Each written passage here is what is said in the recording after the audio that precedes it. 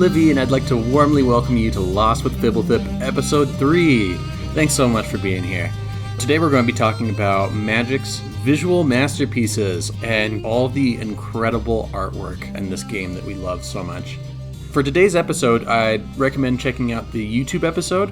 We are now on YouTube, which is pretty exciting, and I'll put a bunch of these amazing artworks in that video so you can really see them and follow along well. Let's get into it. You know, there are more than 20,000 unique Magic cards. For comparison, you take the world's largest art museum, the Louvre, and it has 35,000 works of art there. That's not a whole lot more. Well, I guess it's almost twice as much, but we're talking about the artwork for a game, and there's 20,000 pieces of unique art. Even more than that, really. There's so much artwork surrounding this game. So Magic art is actually a huge part of not just gamer culture, but human culture. You know, this game itself is one of the most popular games in the world, and games have certainly been a big part of human history and human culture. I shudder to think what my life would look like without games. They're a huge part of my life, a huge part of how I interact with people, how I meet people, and how I grow closer together with people. And, very, very often when I hear stories of how people get into Magic, the draw of the artwork is one of the first things they mention. And that was certainly the case with myself. The landscapes of Mirrodin by John Avon, Rob Alexander, and Mark Tedden, they just instantly captured my imagination as soon as I opened my first deck. And even though I didn't learn how to play the game for a couple of years, I was hooked. I got more Magic cards before I even knew how to play the game. I tried to figure it out, but it wasn't very close. Anyway, without Magic's artwork, I certainly wouldn't have gotten into the game. And I think that it would not be as well-loved a game. It might not even be around anymore. The artwork is just a huge part of how people appreciate the game. Now, I don't want to dunk on any of Magic's artists, but I think it's pretty safe to say that over 25 plus years, there's been a huge variety in terms of the quality of art. I'm looking at you, Animate Wall.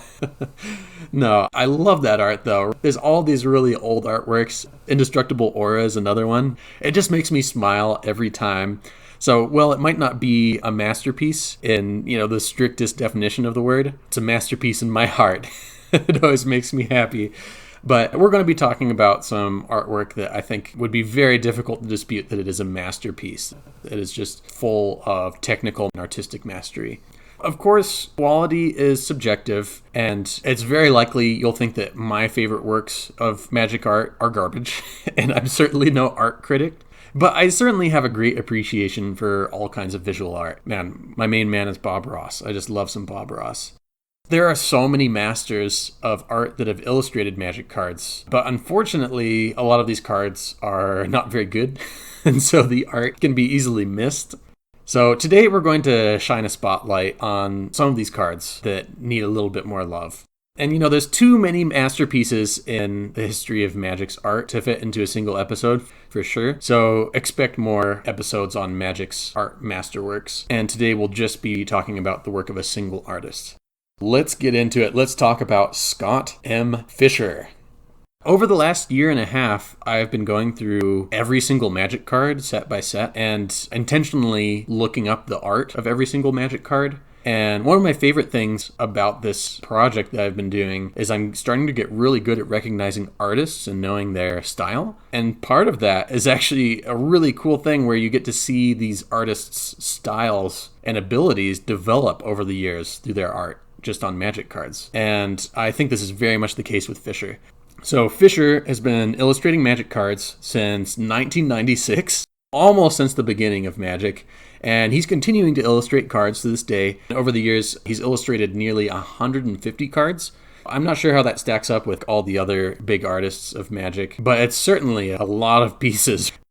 So for instance, if you go all the way back to Urza's Destiny and look at the original art for Elvish Piper, which is a pretty famous card, and you compare it to his more recent artwork, say from like Double Masters, like the new Force of Will, that full art, just, oh my gosh, it's just beautiful. Very different style. And it's not that surprising considering that Elvish Piper was illustrated in the late 90s, and now the Force of Will is from 2020. That's over 20 years of experience. And I don't know about you, but any skill that I practice for 20 years, I'm definitely going to get better at. So I think that a lot of artists in Magic have gone through similar experiences where you can really see their art develop over the years. And I just love that. I think it's so cool. Well, Fischer's early artwork is still wonderful to this day, I think. I'm really in love with his modern style. I'm really in love with how his style changed.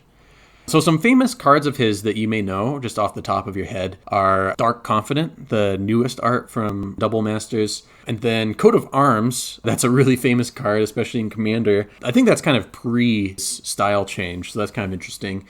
And then we have a whole bunch of them from Kamigawa block that are just so cool looking, like Freed from the Real, Genju of the Realm, Time Stop, awesome. And then, a newer work again is the newest Kalia of the Vast. That's some sweet art. And then in one of the recent game nights, they did an animation of this card, Savra, Queen of the Golgari, which is a pretty neat commander. And when I saw that, I was like, whoa, that's some really sweet art. And that happened right when I was looking up Scott Fischer and experiencing some of his art. And I was like, oh, I think that's Scott Fischer. And it made me really pause and experience this art for this cool commander more deeply. And sure enough, you look at Savra and the background of this art is just like so cool looking. There's some really interesting things going on there. So I've mentioned the style change, and going through all of his artwork, I noticed that this style change, I think, happened around like 2003, 2004. So when we're getting into like Mirrodin block and Ravnica and Kamigawa, this style sort of changed to focus more on like surrealism, and a lot of his pieces have like very heavy symmetry. So they're very just like pleasing to look at. And then there's often this thing where you have these vibrant sort of patches of color. They're almost like windows, and then they're broken up. And through these windows, you can see a little bit of background through this, filter of vibrant color. And then oftentimes it's just like these really interesting patterns in the background. They make them really striking to look at, very unusual. I find that like a lot of Magic cards have a big focus on photorealism, and that's definitely not the case with a lot of Fischer's work. You can tell they are painted and they're gorgeous. I already mentioned this card, Time Stop. So let's take a deep dive. Let's check out the art of this amazing card. On top of it being one of the coolest instants of all time, in my humble opinion, it ends the turn for just 6 mana at instant speed. The art is what I would say is a true masterpiece. You look at this art, and I think the theme of time is everywhere. And I think it's pretty obvious in a bunch of different ways. Our eye is immediately brought to the central feminine presenting character who is symmetrically mirrored straight down the middle. And on one side, we see this character holding a bird, and on the other, an egg. So, we're thinking about the life cycle and how that's connected to time and all that kind of stuff. And, it's easy to see how time isn't quite in order. You see 2 different versions of the same character and this bird egg thing going on. And then the background is also really interesting. It's filled with gears, and to me that calls to mind the inner workings of a clock, so time makes sense. But I think one of the most interesting parts of this piece is actually this blue stripe covering the character's eyes and ears.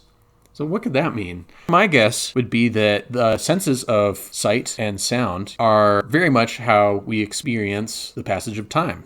We experience all our surroundings that way, and we see things changing. So I would guess that those senses are highlighted in blue for this blue spell that is interrupting time to show the interruption of input into those senses.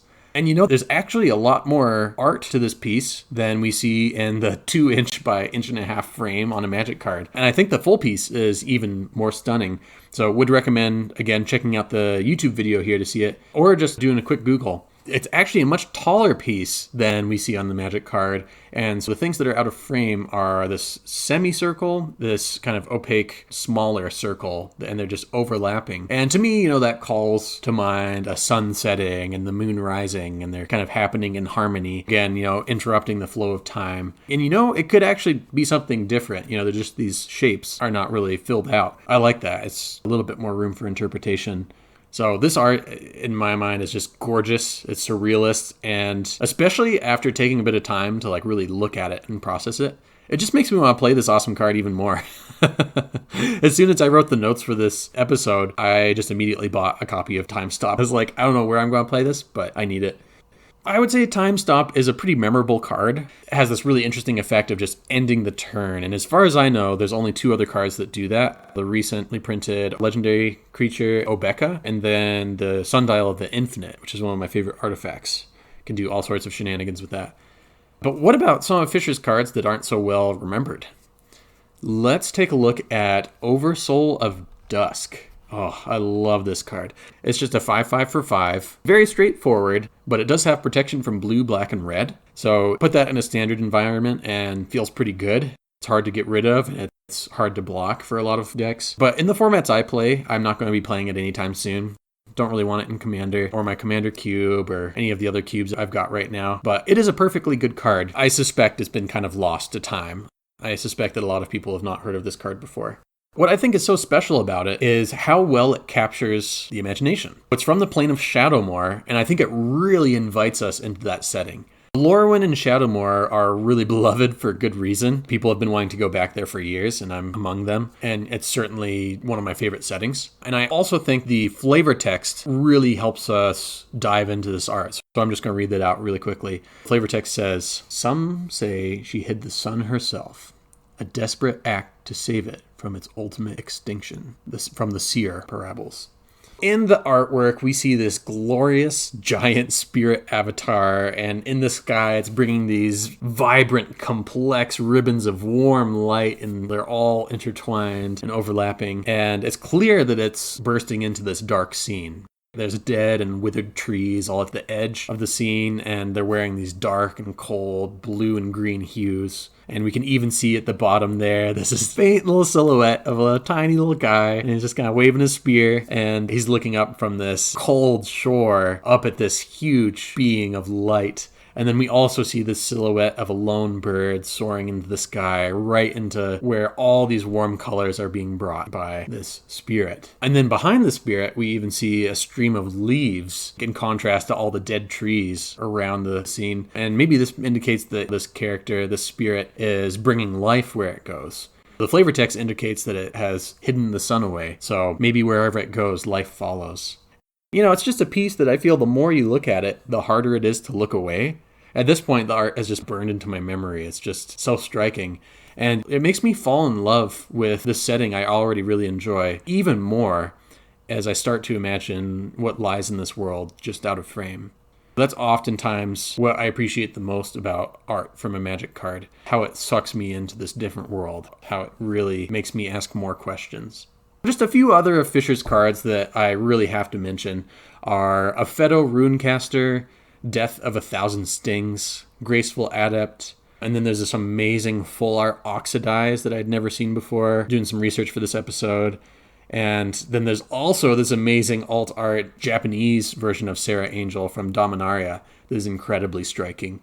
Would highly recommend checking those pieces out. Almost every night I lie in bed looking at Magic cards just on my phone to help me fall asleep. And it's a really relaxing and nice ritual. And a really cool part of that is I've discovered so many incredible artists, and their Magic art is really only the tip of the iceberg. So I follow, all of my favorite Magic artists on Instagram and Twitter so I can see more of their work outside of Magic, and it's always a treat. For instance, Fischer has worked on so many other series like Star Wars and Wheel of Time and Buffy the Vampire Slayer and Dungeons and Dragons, just some other little series. And I'm just always so pleased when his Instagram posts pop up and I get to hear him talk about his artwork. And his voice is just so calming. It would make Bob Ross jealous. I just love it. I just find it so inspiring. And, when you go onto Fischer's website, he has this fantastic quote. It just says, "Imagination is a muscle. Now flex." All right. Well, to wrap up, I have to give a huge thank you to my editor, Cole. He really helps me push out more content. And then for our community spotlight today, I'd like to shout out one of my favorite content creators. Today we're shouting out Shivam and Shivam's podcast, Casual Magic with Shivam. So the first episode I heard was just Shivam chatting with Sam from Ristic Studies, another really great channel. And they were just chatting about baking. And then that conversation sort of meandered into talking about Magic art. And it was just such a pleasant, relaxing experience. It felt like I was having tea for my soul. So I would really recommend to go check it out. It's a great show. And she even has all these amazing guests on there, like every episode. Most recently, he interviewed Sheldon Menery, who was one of the creators of this format we love so much, Commander.